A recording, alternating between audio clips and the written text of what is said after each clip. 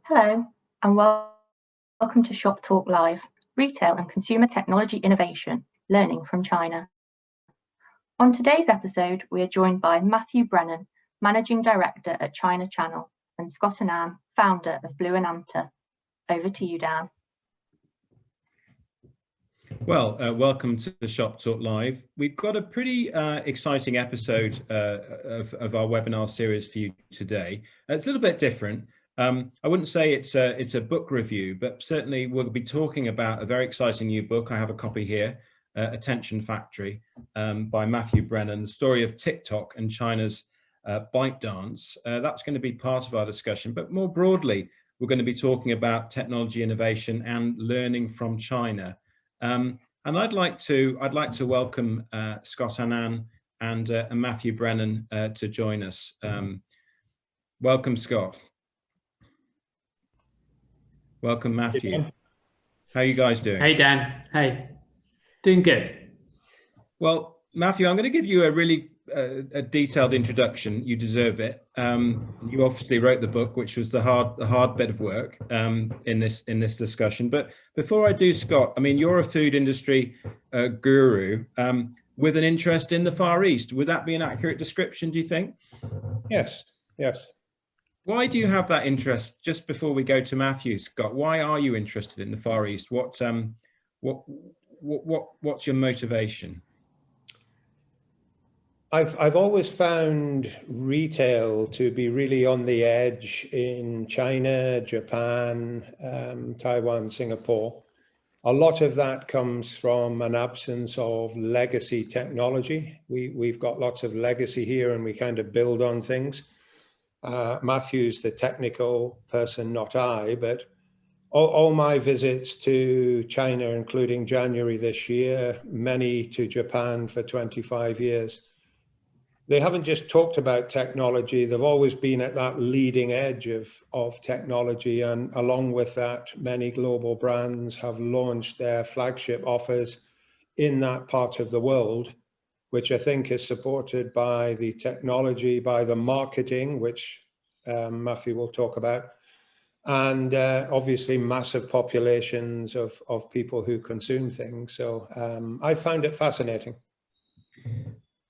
Well, that's a nice positioning to introduce you, I think, Matthew. Let me say, I mean, you're 8 times as interesting as I am in that you have 42,000 followers on LinkedIn. Which is that the gauge of interest in this? Which is pretty sizable. Yeah.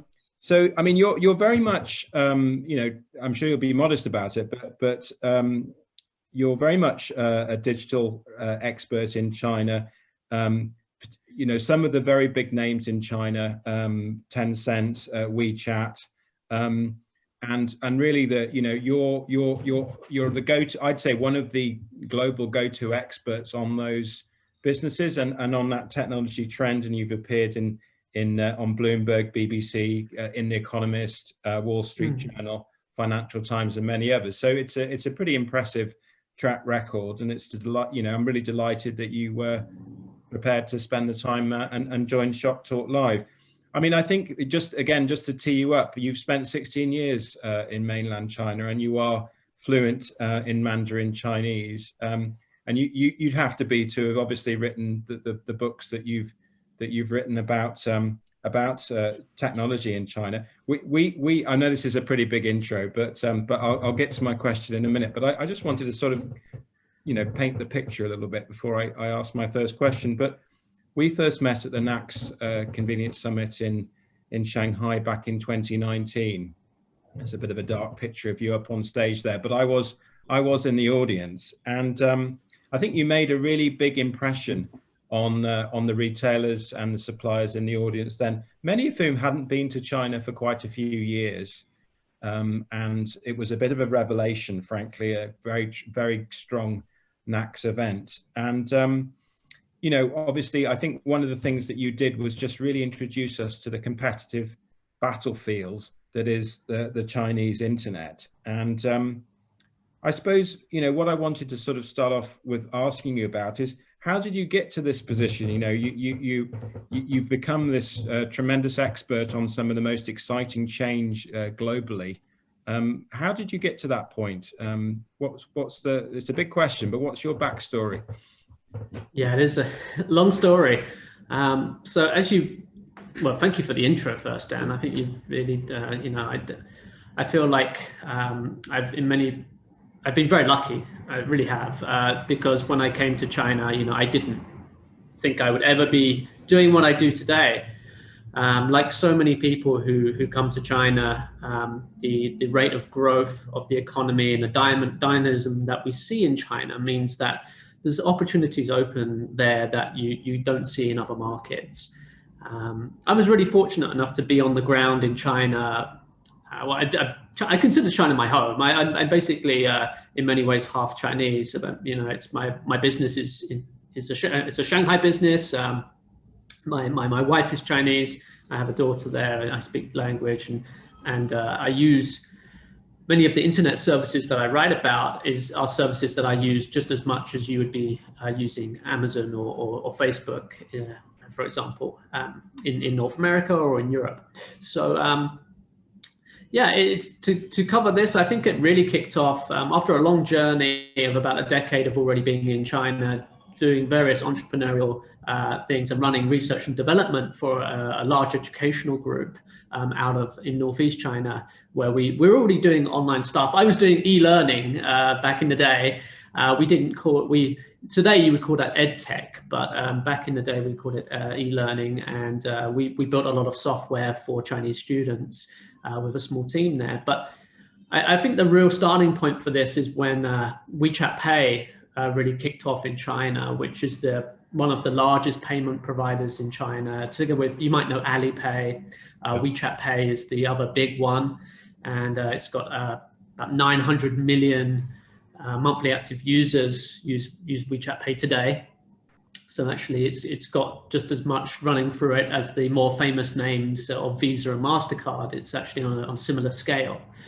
But we saw that go from 0 to 1. And the first time I used WeChat Pay in a store to buy a sandwich, I was just kind of amazed. And I could see that this was transforming China into a cashless society, that this transformation was happening in front of me. And it inspired me to leave the research and development, start my own business, and move into doing this full-time, focusing on Chinese technology. And that's actually pretty early, because today now all of the media in the world are very interested in this. As you just mentioned, Bloomberg and all of the other big names, they all want to know about this. And I'm on the ground. I've been covering it since relatively early, and I've been quite fortunate enough to have this positioning where people know me for the expertise around this, and I tried to put a lot of that into the book. Hopefully it came across, but I really enjoy what I'm doing. I think it's very important for people to understand this, because the Chinese companies themselves, the people who work in the industry, are extremely clever people,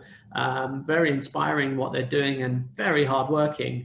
But they're not so good at explaining what they're doing to a non-Chinese audience and telling their story and really getting across the lessons that can be learned from what's happening in the China market. So that's the role and the value that I hope I can bring.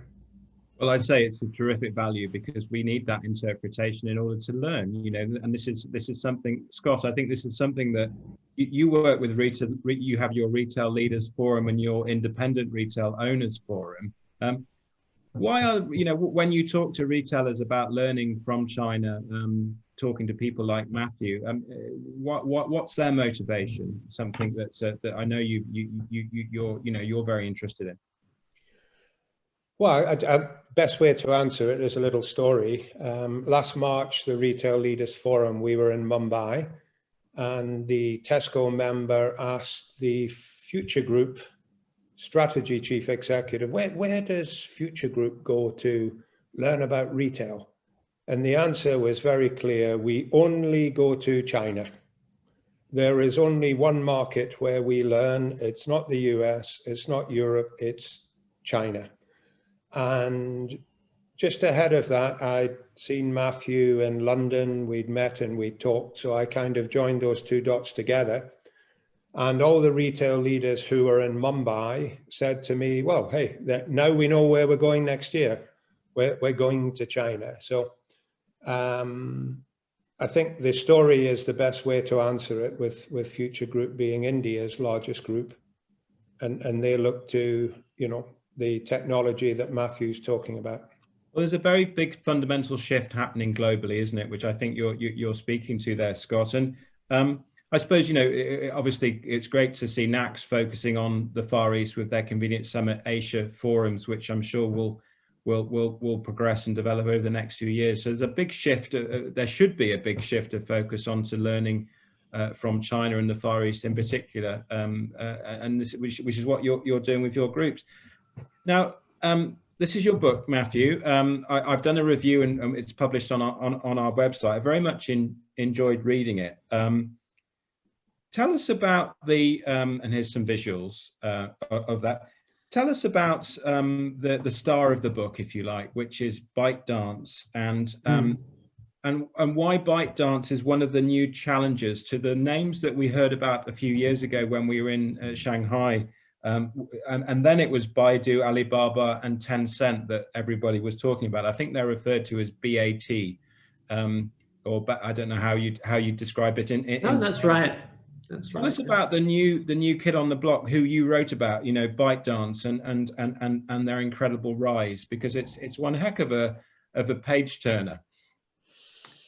Yeah, I mean, ByteDance is without doubt, in my mind, the most exciting and fastest growing internet giant in the world today.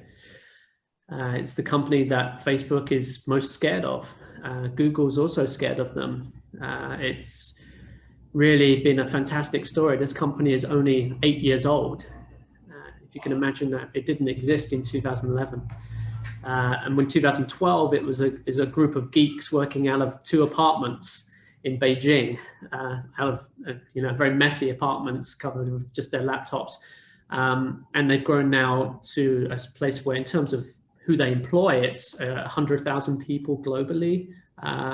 And many of them are actually in markets that we're very familiar with. It's all global. They just announced just today that they're hiring over 1,000 people in Ireland, for example. So really, and they've got I think the European head office is going to be in London. They do have offices in London that are quite where the top European higher management are based out of. So. And in America, they've got offices all over in several locations, and it's really a global story. TikTok's, the big short video, which is what we call, the format that TikTok is about. It's not just TikTok. There's other apps there's other apps that do short video, but this is a real paradigm shift in how we produce content for the mobile internet, for smartphones. And it's very addictive, hyper addictive. I think you'll notice that people always say that about TikTok. It started in China. This is a Chinese story. And so it's been really the first big breakout success we've seen a global hit from China that's reached almost everyone in the world, or potentially will do. Everyone who has a smartphone anyway, which today is almost every adult. So that story is what we tried to capture in the book, and it went through different stages, and we uncovered a lot of anecdotes and stories that were not even known in China when we started doing the research and speaking to people. So there's a lot of original content in there that you can't find anywhere else. Scott, what's your view on this before we perhaps delve a little bit more into some of those the material in the book? Sorry, was that to me, Dan? I didn't hear that. What's your view on the global nature of ByteDance's success? Just to refine my question a bit. No, it's a very good question. Well, I think if we turn around what Matthew's just said, if they're employing 100,000 people, they've got a European headquarters in London. Even old folks like me, just to prove it, here it is on my phone. But we're talking about a millennial Gen Z base who are everywhere. They're not really talked to by traditional media. I mean, my kids don't have TVs. They do everything digitally. So I think what Matthew's alluding to is that it's out there, it is global, it is being used not just by people to go, ooh, look at me. It is being used by businesses for marketing, for short video. This is a trainer that I'm just showing here. The interesting thing is the oldies, the folks like me, they either haven't heard of it or they don't really understand it.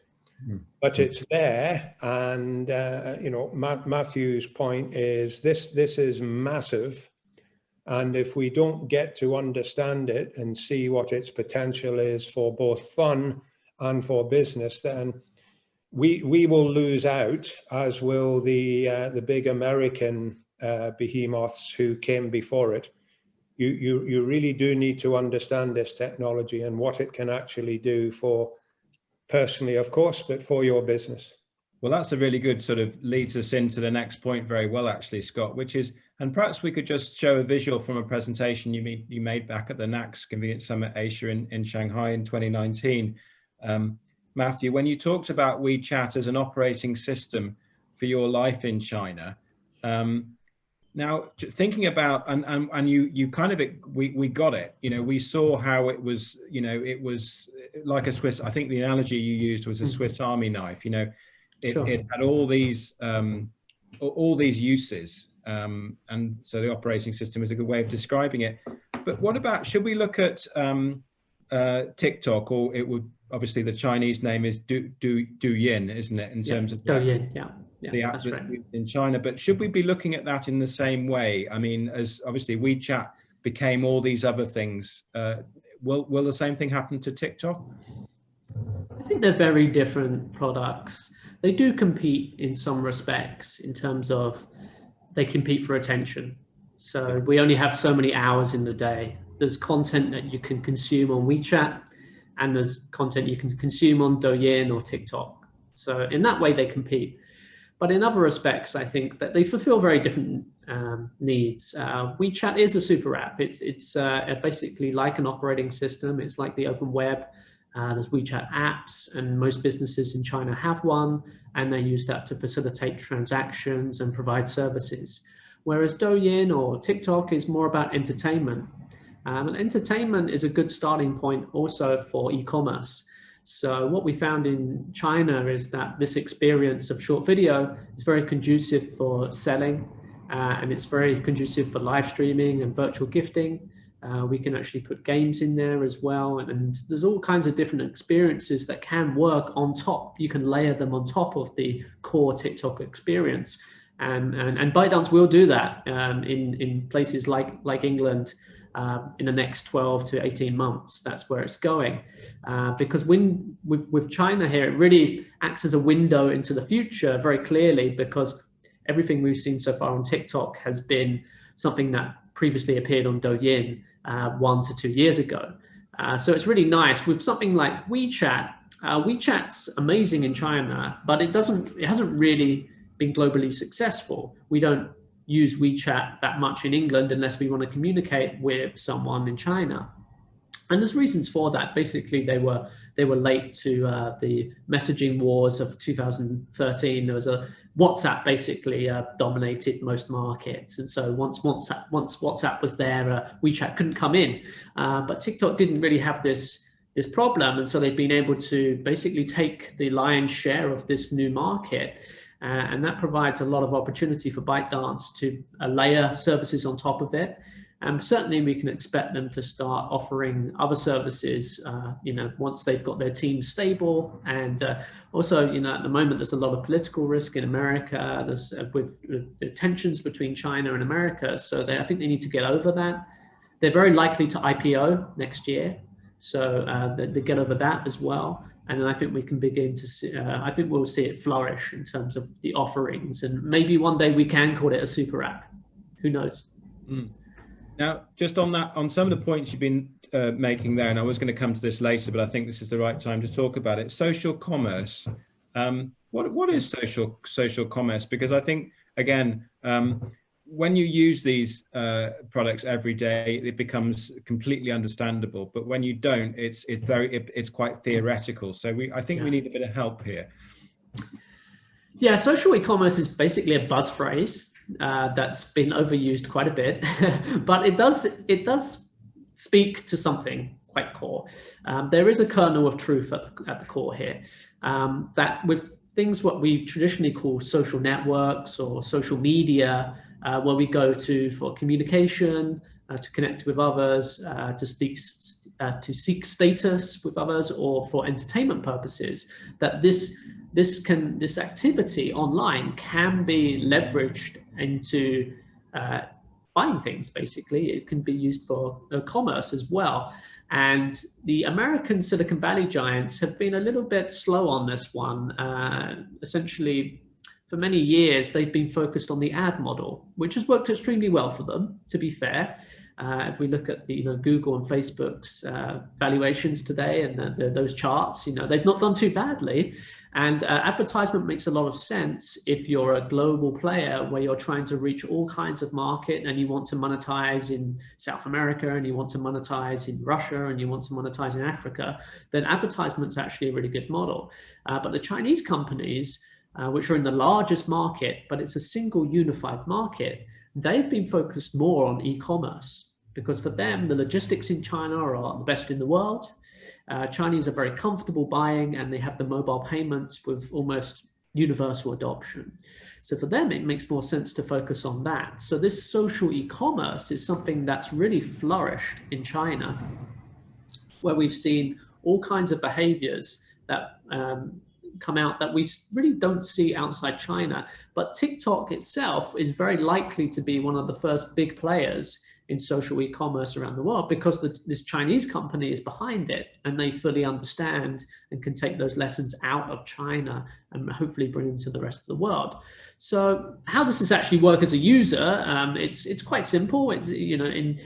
In TikTok, you would see a video as it swipe up, and maybe it's a woman walking down the street with a very nice dress, and a model, for example, twisting and turning, looking very beautiful. And then just up pops, a little pop-up there with the actual link to, if you tap on it, to go directly into the marketplace, which in China would be Alibaba marketplace, but maybe in the UK market, it would be Amazon or Shopify, for example. And then you can buy it in a very seamless, quick, like 2-3 taps, and the information's already there for your delivery address, and you can make these serendipitous purchases. So it's very clear that this kind of e-commerce doesn't work very well for high ticket price items where you wouldn't buy a car in this way typically, but you might buy something that's at a lower price, where it's something much like how we shop in the real world, really, because most of the purchases we make in our real lives, not in the virtual world, not online, but in the real world,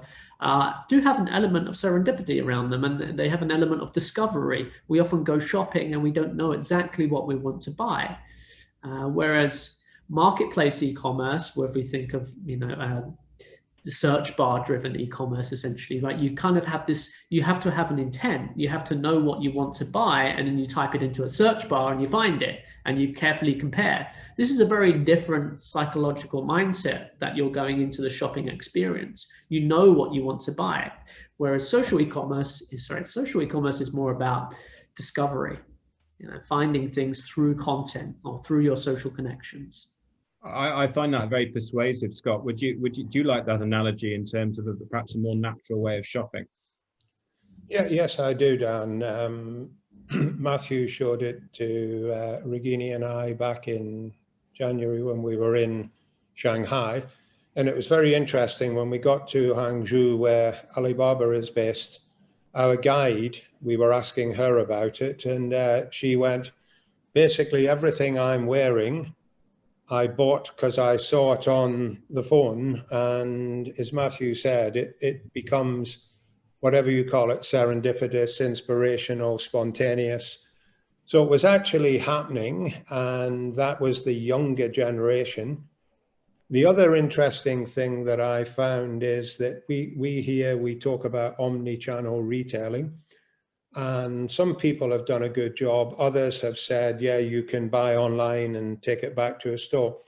The thing I like about what Chinese retailers have done is they have really made it boundary-less. I think that's a JD.com expression, but everything actually links together. And as Matthew said, whether it's the the WeChat super app or the social e-commerce that we're seeing with the TikTok videos, to me, it's retailing. It's just a very different way of doing it, and coming out of the most populous country in the world, it is going to go global. And I think the applications for our retailers, food, clothing, convenience, are huge.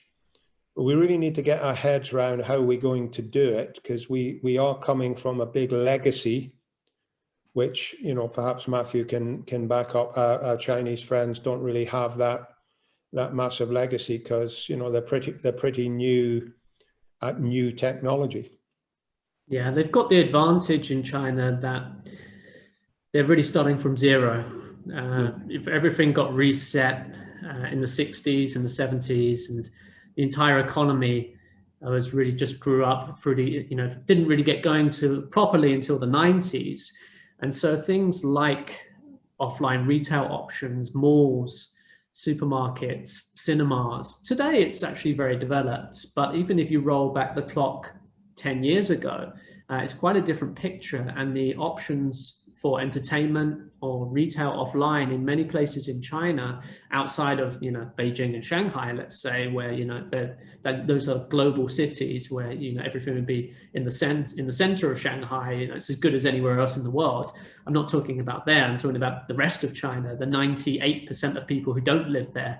For these people, online was absolutely revolutionary, especially mobile. So the last 10 years have just been a complete revolution in terms of entertainment options and e-commerce. Suddenly they're able to buy, almost going from having a very limited selection of items that they can buy into having the widest selection in the world.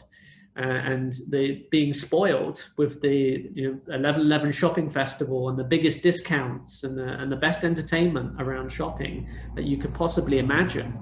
And so that's the transformation that's happened. And it's difficult for people who haven't been there, haven't seen it with their own eyes, or aren't Chinese, to really appreciate that transformation and why China is the way it is.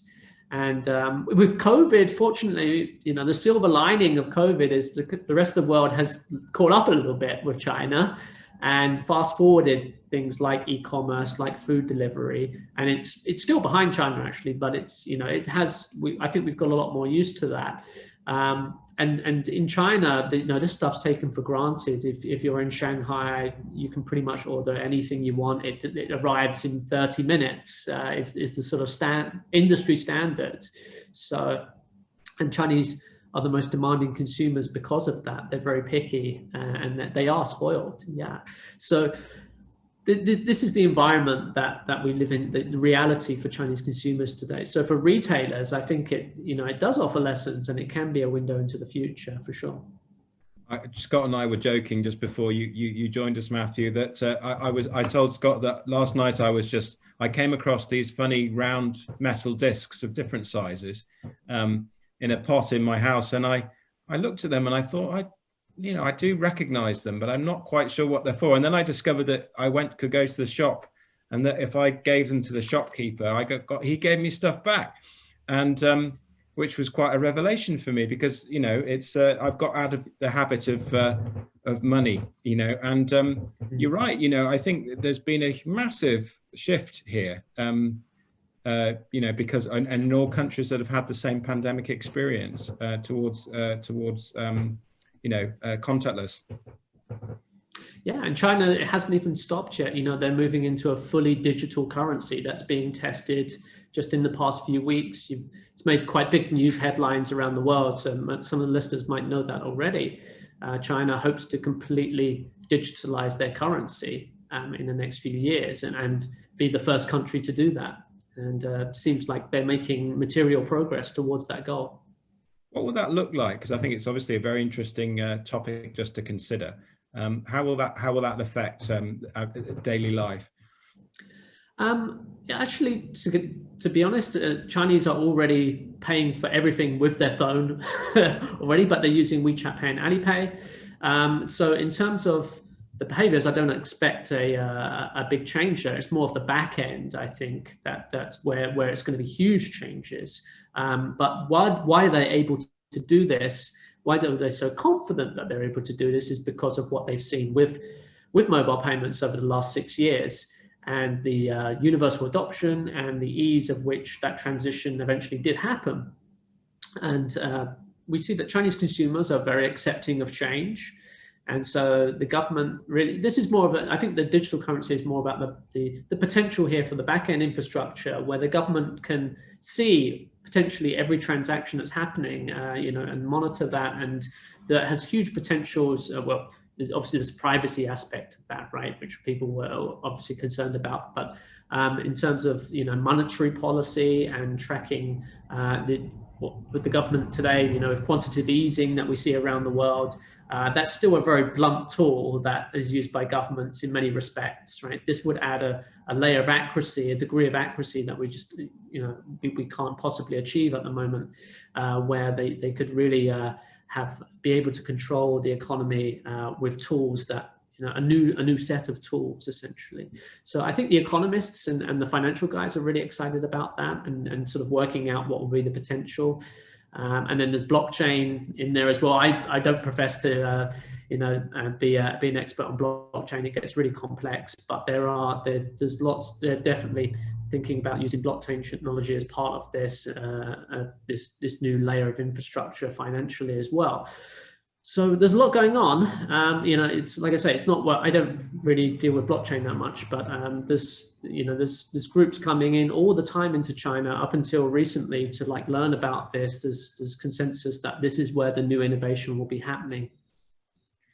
Just rewinding a little bit and thinking about social e-commerce and the importance of getting, I guess, eyeballs, the attention, getting attention for the brands, who are on TikTok.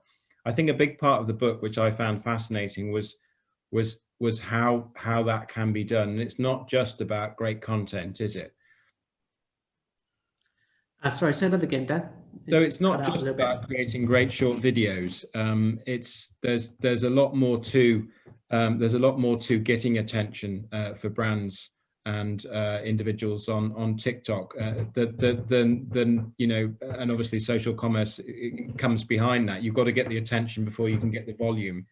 Sure. I think brands will work it out. I think they are working it out now in Europe and North America, Western markets.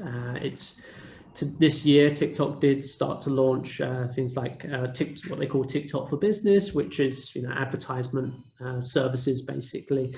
But because the platform is very different to other platforms, they're sort of working out how to do those advertisements and what works and what doesn't. This is exactly what Chinese companies were working out 2 years ago.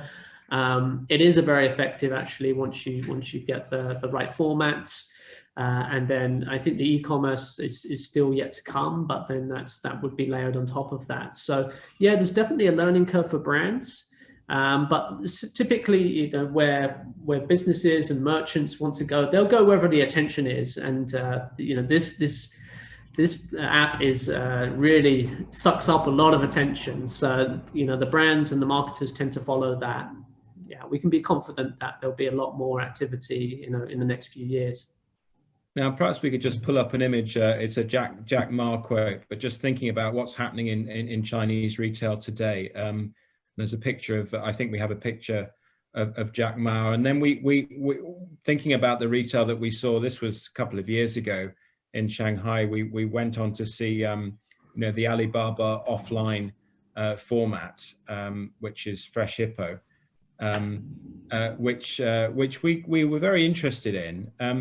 Is this still the new sexy thing in China, or is it a bit passé now?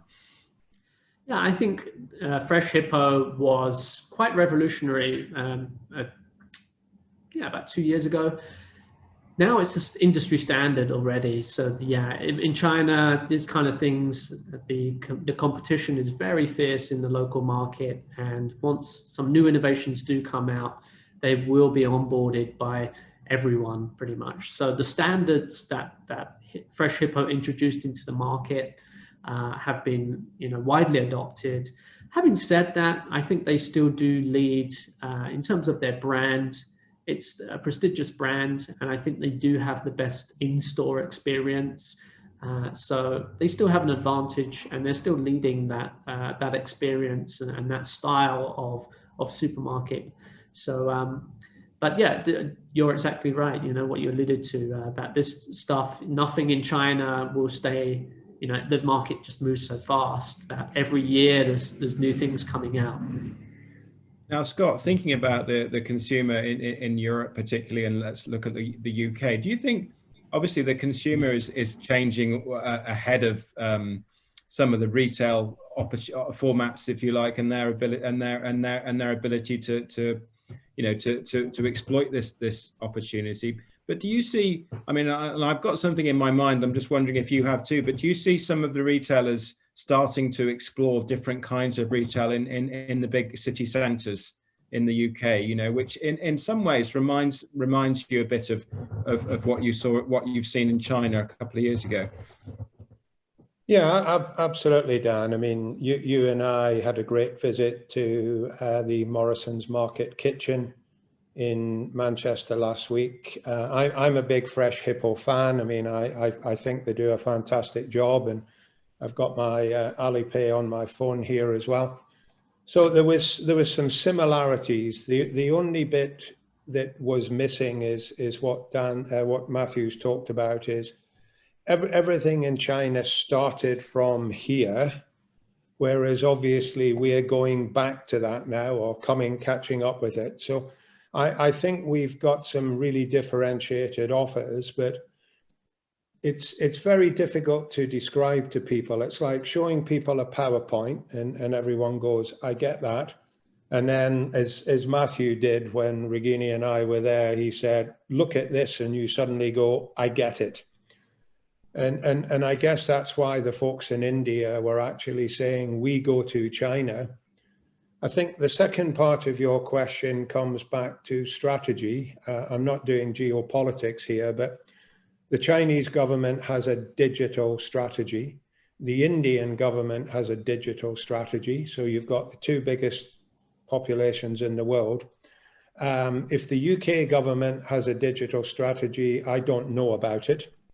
And that comes all the way through to payment. So one of the big issues that we have at the moment is retail crime. So ACS, NFRN, IGD, British Retail Consortium, they're flying this kite at the moment. It's dreadful. Retail crime in China is tiny, partly because of digital payment, and partly because, all your details are within there. So within my Alipay, it has my face, which was quite funny in Fresh Hippo, because we tried to do facial payment, and we've got a sort of little Indian woman and a tall white Scottish bloke, and the Fresh Hippo facial payment didn't kind of get us, but my goodness, they got our phone. So the big message to me is we're doing some things that kind of look a bit like Fresh Hippo, but we haven't put the technology into it, and we kind of work against not having cash in the UK. Whereas my experience in Shanghai, as Matthew said, but also in Hangzhou, was I'm trying to give people cash, people in market stalls or taxi drivers, and they're going, no cash, Alipay. So if we had a digital strategy, I think that would motivate retailers to get more involved with this. We could do away with your little round pieces of metal, and we would be more joined up. I think we sometimes get confused with personal liberties. These things can all be managed.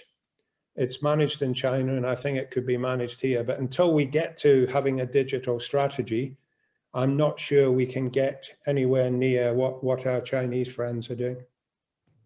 I kind of really agree with that, Scott, and I'll try and build a bit on the Morrison's example, because I think it's a great one that we really enjoyed the visit we made there, didn't we? And I mean, for me, it's a bit like this, you know, the young consumer in the UK is absolutely ready for this, and they've probably been influenced, and their behavior is much ahead, way ahead of probably where where the delivery is, you know, because I think these things just sweep across the world really, really quickly. And so perhaps, you know, many retailers haven't caught up with it, but the young consumer particularly is absolutely ready for it. You know, to give you an example, I mean, as we talked earlier, my 18-year-old daughter introduced me to TikTok at the beginning of lockdown, you know, so, you know, their whole way of thinking has changed fundamentally. I mean, so they're ready. They just, not many retailers are actually, you know, sufficiently aware and prepared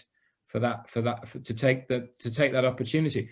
The thing about Morrison, the Market Street store in Manchester that struck me was that, you know, it had this fabulous, they really nailed food preparation. It was like the most incredible hotel kitchen, you know, restaurant kitchen that had huge potential and really for great food.